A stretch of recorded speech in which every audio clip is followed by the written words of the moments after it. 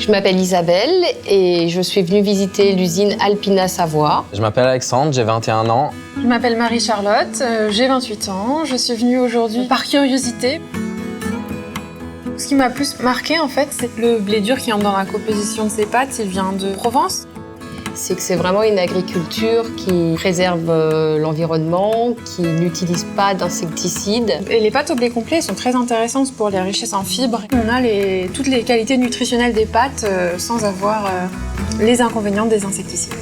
Toute la fabrication, elle est réalisée ici, en Savoie, à Chambéry. Donc le blé va arriver par camion.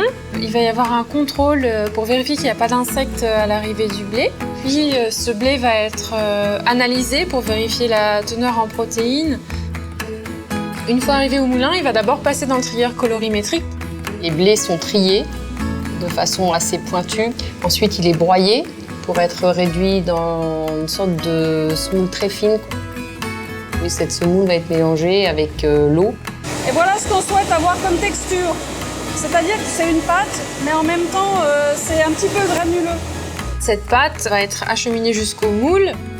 Il y a vraiment énormément de technologie et de finesse pour arriver à faire torsader la pâte juste comme il faut, lui donner l'angle qu'on veut. Et tout ça, c'est vraiment un travail d'orfèvre. Elle va traverser en fait ce qu'on appelle le guide-plume. Le couteau est en dessous et donc tourne à vitesse régulière pour couper à la longueur voulue.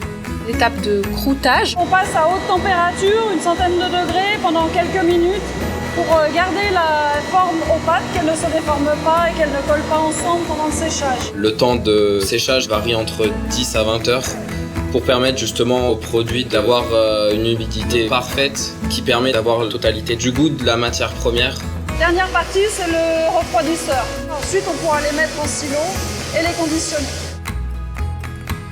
Ça nous a permis, je pense, de découvrir tout un processus et de nous rassurer en tant que consommateurs. Moi, ce que j'ai trouvé vraiment intéressant, c'est qu'on a vraiment une production française depuis le champ jusqu'à l'assiette.